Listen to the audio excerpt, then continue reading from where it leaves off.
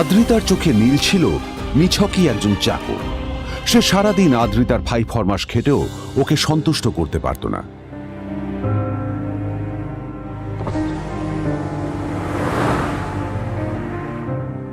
এত কিছুর পরেও কেন একজন ধনী বাবা তার মেয়েকে গরিব ছেলের সাথে বিয়ে দিলেন?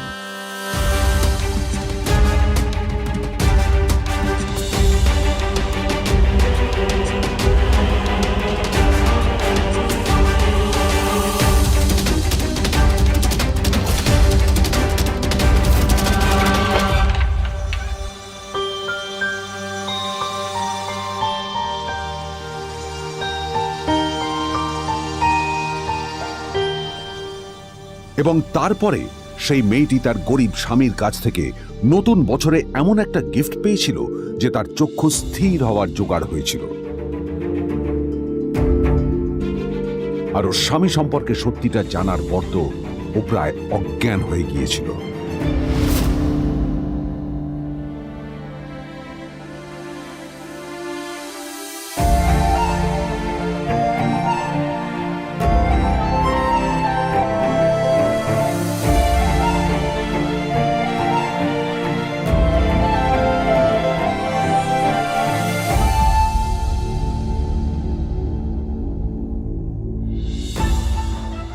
আমার বাবা সবচেয়ে বড় ভুল করেছে তোমার মতো একটা গরিব ছেলের সাথে আমার বিয়ে দিয়ে। আমার সব বন্ধুদের স্বামীরা ওদের কত দামি দামি গিফট দেয়, আর তুমি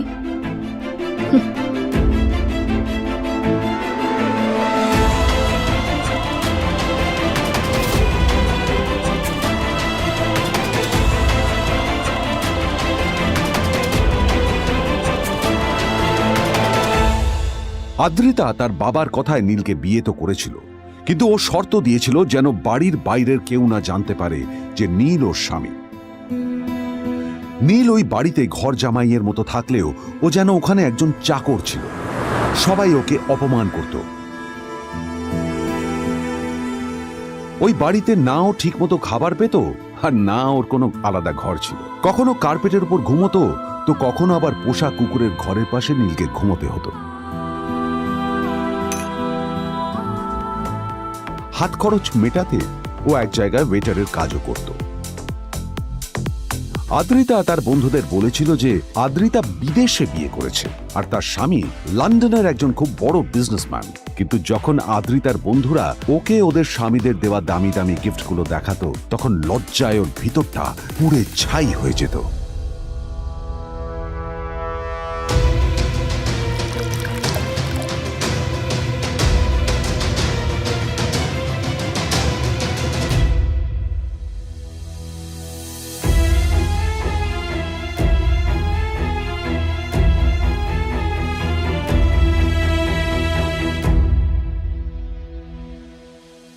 এই যে শোনো, নিউ ইয়ারে আমার একটা গিফট চাই তোমার থেকে।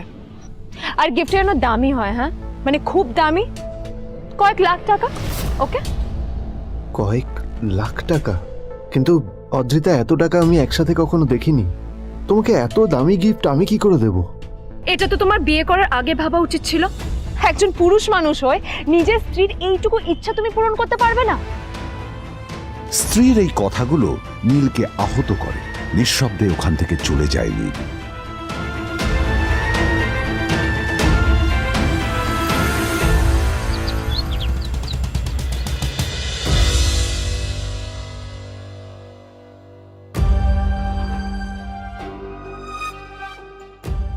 দুদিন পর নিউ ইয়ার পার্টির আগে নীল আদ্রিতার কাছে এসে একটা গিফট প্যাক দেয়।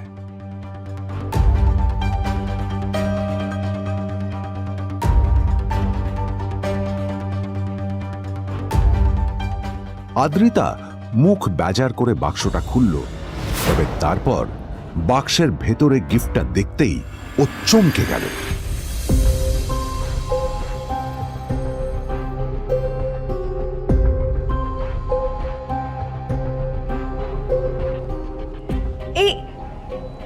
ফোনটা মানে এটা তো একটা স্পেশাল এডিশন, এটার দাম তো 3 কোটি টাকা। তুমি এটা পেলে কোথা থেকে? আসলে আসলে এটা অরিজিনাল নয়। আমি ওই ফোনটারই একটা কপি এনেছি।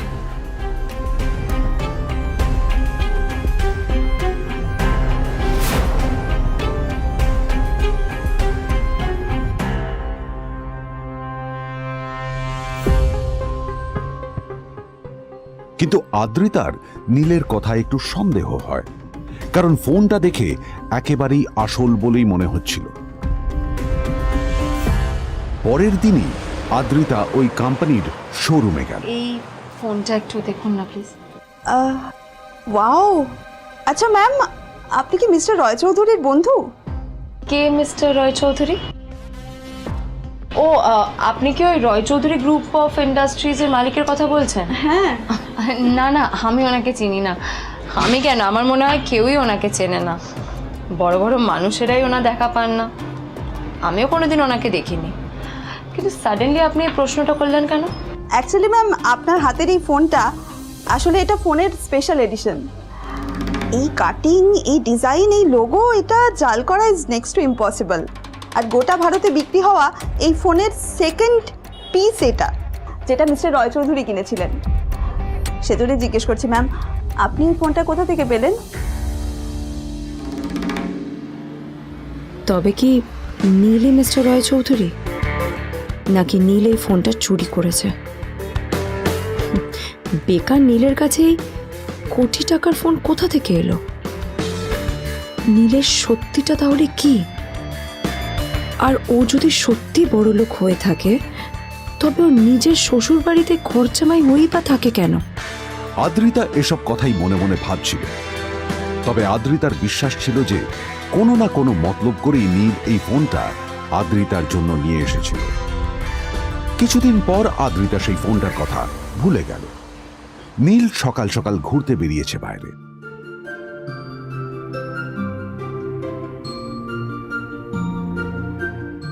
কটা বাজে রে? আমার খুব লেট হয়ে গেছে, বুঝলি? তোরা খেল, ঠিক আছে? তোরা খেল, আমি আসছি।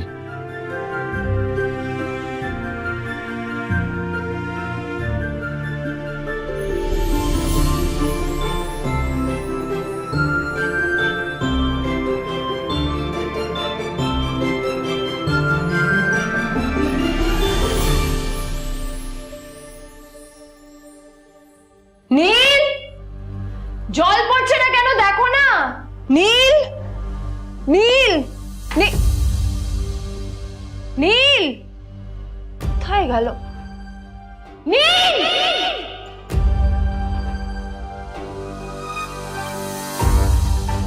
নীল, নীলকে ডাকছে কেন বলতো? ওইদিকে বাড়িতে আদ্রিতা আর চিত্রা আশ্চর্য হয়ে গেল যে নীল হঠাৎ কোথায় উধাও হয়ে গেল।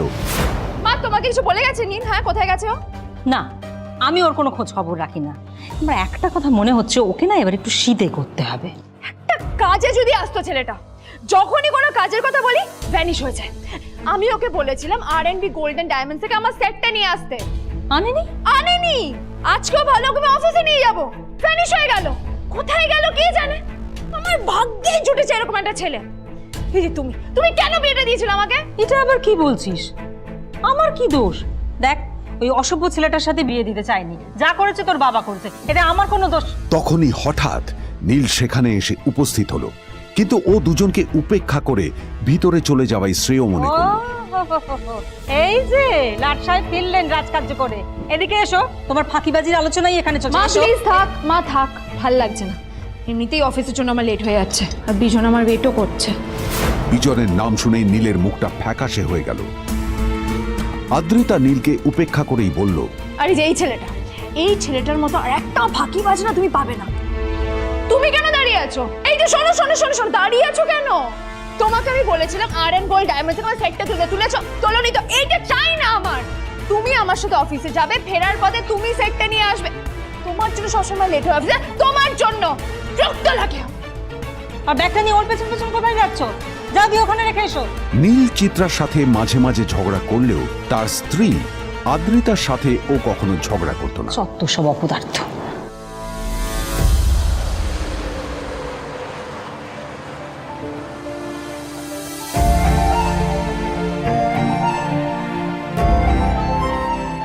কিছুক্ষণের মধ্যেই তারা আদ্রিতার অফিসে পৌঁছে গেল। আদ্রিতা গাড়ি থেকে নামতে নামতে দেখলো যে তার কাছে অনেকগুলো ফাইল আছে। নীলের দিকে তাকিয়ে ওকেই ফাইলগুলো নিয়ে ভেতরে আসতে বলল। চলো, হা করে দাঁড়িয়ে আছো কেন? ফাইলগুলো নিয়ে ভেতরে এসো।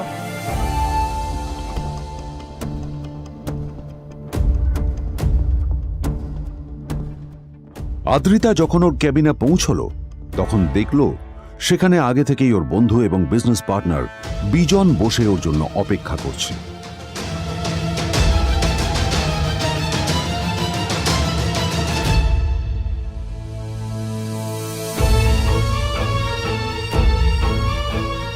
কোথায় ছিলে বলো?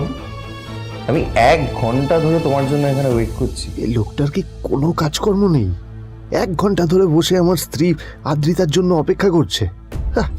সরি বিজন, আমি খুবই দুঃখিত যে বাড়ির কিছু লোকের জন্য না আমার সবসময় লেট হয়ে যায়। আদ্রিতার কথা শোনার পর বিজনের 1 ঘন্টা অপেক্ষা করার অভিযোগ 1 মুহূর্তের মধ্যে মিলিয়ে গিয়েছিল। কি হলো, হাসছো কেন? লটারি পেলে নাকি? লটারি? হ্যাঁ, তুমি আসা মানে আমার কাছে লটারির থেকেও বেশি দাম। তবে তার থেকে কিঞ্চিত কম দামি একটা গিফট আমি তোমার জন্য এনেছি।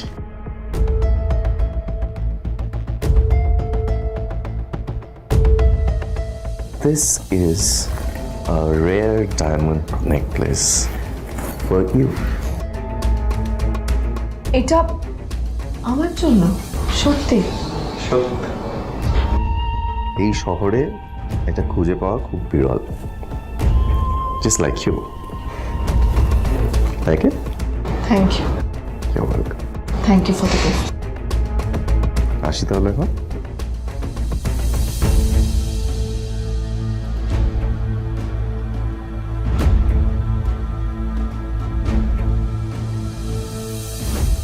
আদ্রিতা, আমি আজ পর্যন্ত তোমাকে কোনো রকম উপদেশ দিইনি, কিন্তু আজ আমি তোমাকে বলতে বাধ্য হচ্ছি। এই যে এই লোকটা তোমাকে শুধুমাত্র ইমপ্রেস করার জন্য একটা নকল সস্তার হীরের গয়না দিয়ে গেছে। এরকম একটা লোকের সাথে তোমার মেশা উচিত না। ভবিষ্যতে কিন্তু তুমি বিপদে পড়বে। আদ্রিতা, আমি তোমাকে কথা দিচ্ছি, আমি তোমার জন্য আসল রেয়ার একটা হীরের গয়না এনে দেবো, এর চেয়েও দামি, এর চেয়ে অনেক অনেক বেশি দামি। তার জন্য আমাকে যাই করতে হোক না কেন, আমি তোমাকে একদিন ঠিক এনে দেবো, ঠিক এনে দেবো তোমাকে। তাদের বিয়ে হয়েছে 2.5 বছর। এর মধ্যে প্রথমবার তার মনে হলো নীল তার জন্য লড়াই করছে। নীলের এই রূপটা দেখে আদ্রিতা চমকে গেল। আজ প্রথমবারের মতো আদ্রিতার মনে প্রশ্ন এলো, নীলকে নিজের থেকে দূরে সরিয়ে রেখে আমি কি কোনো ভুল করছি? না না, এটা আমি কি ভাবছি? বিজন আমার বিজনেস পার্টনার, ও আমাদের মেইন ইনভেস্টর। নীলের এই অ্যাকশনের কারণে বিজন আমার কোম্পানি থেকে ব্যাকআউট করে গেলে কি হবে? না না না না না, নীলের জন্য আমি আমার এত বছরের পরিশ্রমকে জলে দিতে পারি না। আমার নীলকে নয়, আমার বিজনকে প্রয়োজন। এইসব ভাবতে ভাবতে আদ্রিতার নীলের ওপর রাগ হতে শুরু করে। আদ্রিতার রাগ তখন চরমে উঠে যায়। আজ প্রথমবার নীল আদ্রিতার সাথে খারাপ ব্যবহার করেছে। How dare you! তোমার এত বড় সাহস! হ্যাঁ, তোমাকে কে অধিকার দেয় বলো তো যে তুমি আমারই অফিসে দাঁড়িয়ে আমাকেই এতগুলো উল্টোপাল্টা কথা তুমি শোনালে? তোমাকে এখানে আনাই আমার ভুল হয়েছে, সবচেয়ে বড় ভুল হয়েছে। এবার চুপচাপ এখান থেকে বেরিয়ে যাও, right now. Get out! Neel আদ্রিতার এই কথার কোনো উত্তর দিল না। নীল জানতো যে ও যতই কথা বাড়াবে আদ্রিতা ততই বেশি রেগে যাবে। আদ্রিতা যেন তেন ভাবে নিজের রাগ চেপে ব্যাপারটা ওখানেই শেষ করার চেষ্টা করলো, কিন্তু ও তো জানতো না যে ব্যাপারটা তখন সবে শুরু হয়েছে। কি হলো, শুনতে পাচ্ছিস না? কালা নাকি? আমারই সামনে দাঁড়িয়ে আমার কেনা গিফট নিয়ে তুই মজা করলি? কত বড় সাহস রে তোর! নিজেকে তো বিক্রি করে দিলে ওরকম একটা ডায়মন্ড নেকলেস তুই কিনতে পারবি না। তোর এই গরিবের পারফিউম, সস্তা শার্ট, পায়ে একটা ফাটা চপ্পল নিয়ে নিজেকে বড় হিরো মনে করছিস? তোর নিজের কত দাম সেটা তোর নিজের জানা উচিত। Zero, big zero. সালা খরচা মাই চল।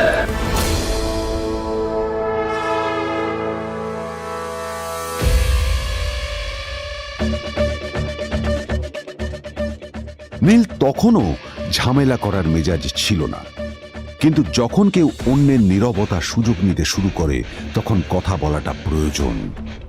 নীল আঙুল তুলে পেছনের দিকে ইশারা করে। প্রথম কথা, ওই যে ওখানে দাঁড়িয়ে আছে, ও আমার স্ত্রী।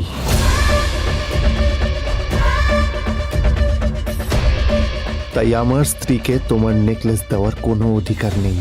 ওকে যদি নেকলেস দিতে হয় তাহলে আমি দেব। তাই এসব ফ্রডগিরি বন্ধ করো। আর দ্বিতীয় কথা, যার পকেটে পয়সা নেই ঝনঝন আওয়াজ করা তার মানায় না।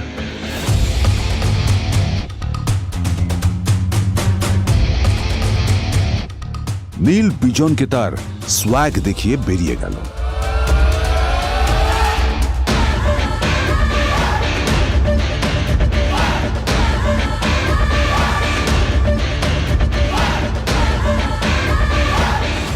আদ্রিতার রাগে গজগজ করছিল।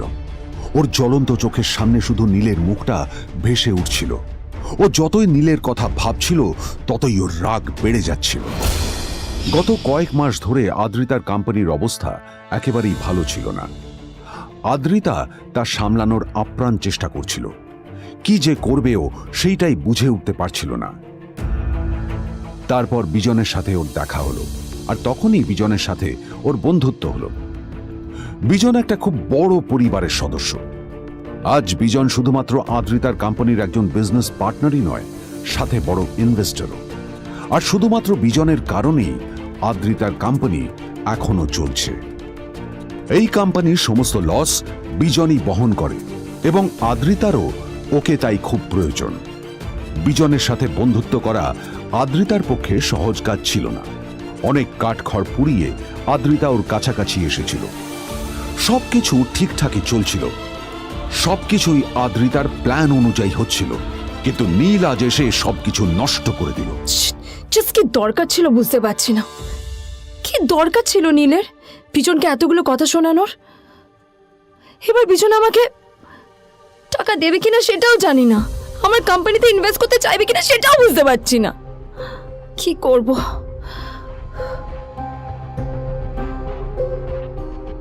এখন আদ্রিতা ওকে কিভাবে বোঝাবে? ভুল করে যদি বিজন ওর টাকা ফেরত চায় তবে আদ্রিতার কোম্পানি সেন কর্পোরেশন খুব বড় সমস্যায় পড়ে যাবে। তারপর কি হবে? সেন পরিবারের দেখভাল কে করবে? এইসব ভাবতে ভাবতে আদ্রিতা নিজের উপরেও রেগে গেল। আসলে দোষটা ওর নিজেরই। আদ্রিতা কেন নীলকে ওদের মাঝে আনতে গেল? নীলকে অফিসে নিয়ে আসারই বা কি দরকার ছিল? আর যদি সে নীলকে সাথে করে না আনতো তাহলে বিজন এখন ওর সাথেই বসে থাকতো।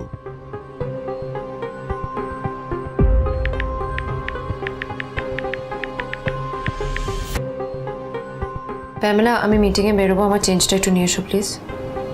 Thank you. আর অন্যদিকে সেন কর্পোরেশনের অফিস থেকে বেরিয়ে নীলের খুব ফুরফুরে লাগছিল। তখনই হঠাৎ ওর ফোনটা বেজে উঠল। ফোনটা ছিল মিস্টার রায় চৌধুরীর। তিনি ছিলেন শহরের সব থেকে বড় বিজনেসম্যান।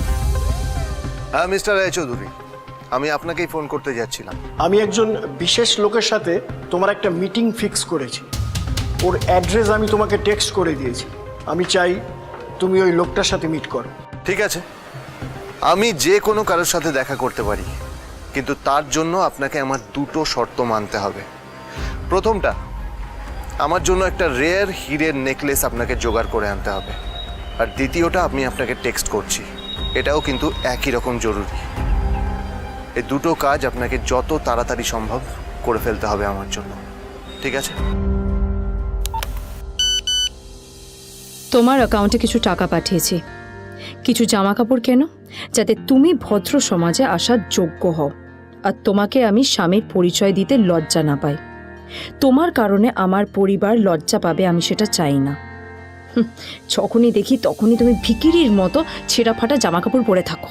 আসলে আদ্রিতার বাড়িতে আজ ফ্যামিলি ডিনার পার্টি ছিল, আর শেষবার নীলের জন্য ওকে অনেক ঝামেলা পোহাতে হয়েছিল। মেসেজ পড়ে নীল ফোনটা নিজের পকেটে রেখে রাস্তার ধারে গিয়ে একটা ট্যাক্সি থামানোর জন্য হাত বাড়িয়ে দিল। নীল ট্যাক্সি ধরে গোল্ডেন সিটি অ্যাভিনিউর দিকে বেরিয়ে পড়ল। গোল্ডেন সিটি অ্যাভিনিউ শুধু কলকাতারই নয়, এটা ছিল সারা পশ্চিমবঙ্গের সবচেয়ে বিলাসবহুল সোসাইটিগুলোর মধ্যে একটা। আসলে এই সেই জায়গা যেখানে মিস্টার রায়চৌধুরী আজ তার জন্য গোপন মিটিং ফিক্স করেছিলেন। কিন্তু নীল কার সাথে দেখা করতে যাচ্ছে এ সম্পর্কে ওর কোনো ধারণাই ছিল না। যখন নীল সেখানে পৌঁছল, পুলভিলার বাগানে বসে থাকা লোকটিকে দেখে রাগে নীলের রক্ত ফুটতে শুরু করলো। নীল ওখানে না দাঁড়িয়ে বেরিয়ে গেল। তখনই হঠাৎ একটা মেসেজ এলো। আসলে আজ আদ্রিতার ফ্যামিলি গ্যাদারিং এ যাওয়ার আগে নীলকে ওর হাই স্কুলের রিইউনিয়নেও যেতে হতো। গ্র্যাজুয়েশনের পর এত বছরে এই প্রথম নীল তার কোনো কলেজ বা স্কুলের রিইউনিয়নে যাচ্ছে। এতগুলো বছরে নীল তার কোনো বন্ধুর সাথেই দেখা করেনি। নীলের তার পুরনো সহপাঠীদের কথা মনে পড়তে লাগলো, যাদের সাথে ও স্কুলে মজা করত। আজ আবার ওদের সকলের সাথে নীলের দেখা হবে।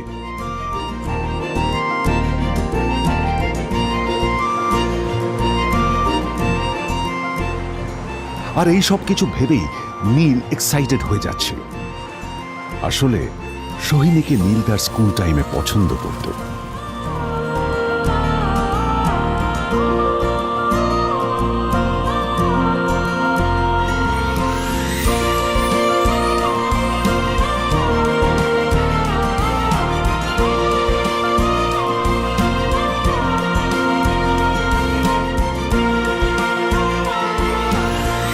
অন্যদিকে সেম কর্পোরেশনে ইনভেস্টরদের সঙ্গে আদ্রিতার মিটিং একেবারেই ভালো যায়নি। তাকে দেখে বেশ গম্ভীর মনে হচ্ছিল।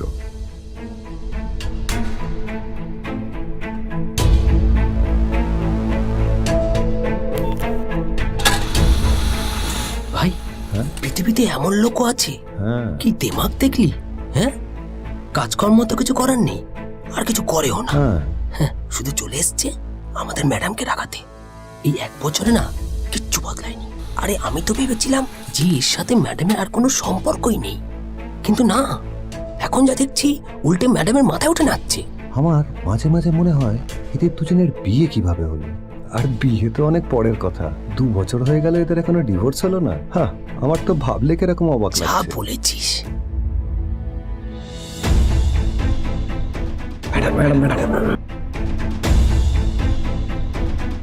অফিসে চলতে থাকা এইসব কথা শুনে আদ্রিতার আরো রাগ হলো। আদ্রিতা ক্যাবিনে যাওয়ার পরে রাগকে নিয়ন্ত্রণ করা ওর পক্ষে আরো কঠিন হয়ে গেল। ও তখন বুঝতেই পারছিল না যে ওর রাগ কিভাবে নিয়ন্ত্রণ করবে। আদ্রিতা এটাও ভাবছিল যে নীলের জন্য ওকে আর কত অপমানিত হতে হবে। এসব ভাবতে ভাবতেই আদ্রিতার চোখ গেল ওর বাবার ছবিটার দিকে।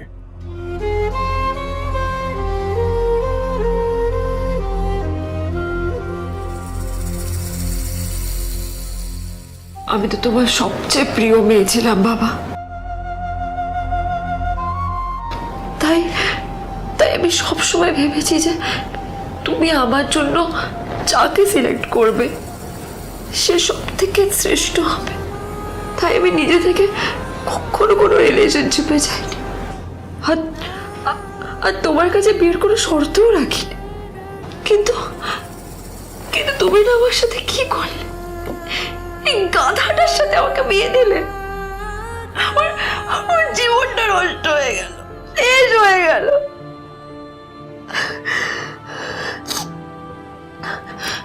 আমি যদি একটু জানতাম যে ও কিছু করে না, ঘর চাপাই হয়ে থাকবে, এইসব কাজকর্ম করে, তাহলে আমি কোনোদিনই বিয়েতে রাজি হতাম না বাবা, কোনোদিন না, কোনোদিন।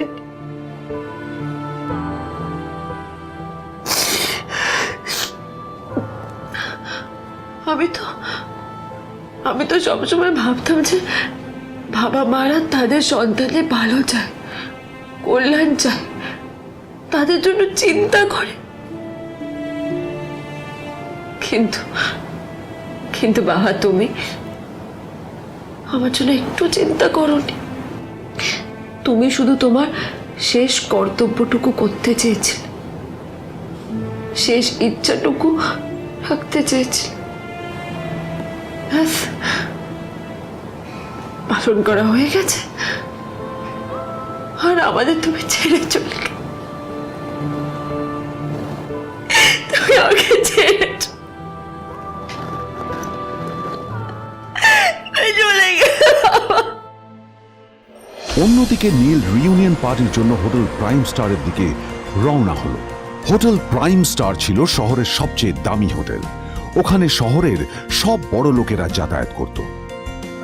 নীল যখনই তার পুরনো বাইকটা নিয়ে ওখানে পৌঁছলো, ওর পুরনো জামা কাপড়, পুরনো বাইক আর ওর পায়ে ছেঁড়া চপ্পল দেখে সিকিউরিটি গার্ড ওকে গেটের বাইরেই আটকে দিল। থাম থাম, এই কোথায় যাচ্ছিস শালা ভিকিরি? না না দাদা, আপনি আমাকে ভুল বুঝছেন। আসলে আমাকে ইনভাইট করা হয়েছে, আমি এই হোটেলেই এসেছি। শালা মিথ্যে কথা বলার জায়গা পাস না? হ্যাঁ, মিথ্যে কথা বলার আগে নিজের চেহারাটা তো দেখতিস। এটা একটা প্রাইম হোটেল, বুঝেছিস? এখানে সব শহরের বড় বড় লোকেরা তাদের বড় বড় গাড়ি নিয়ে আসে।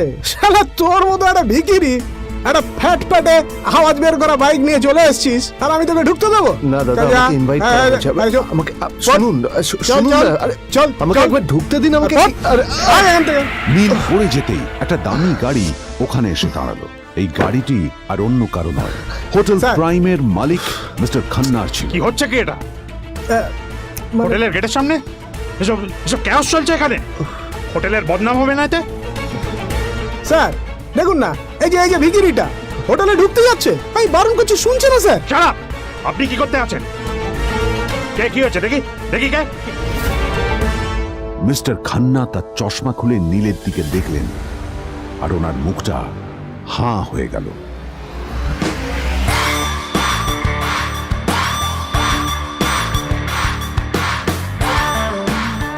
নীল স্যার, আপনি?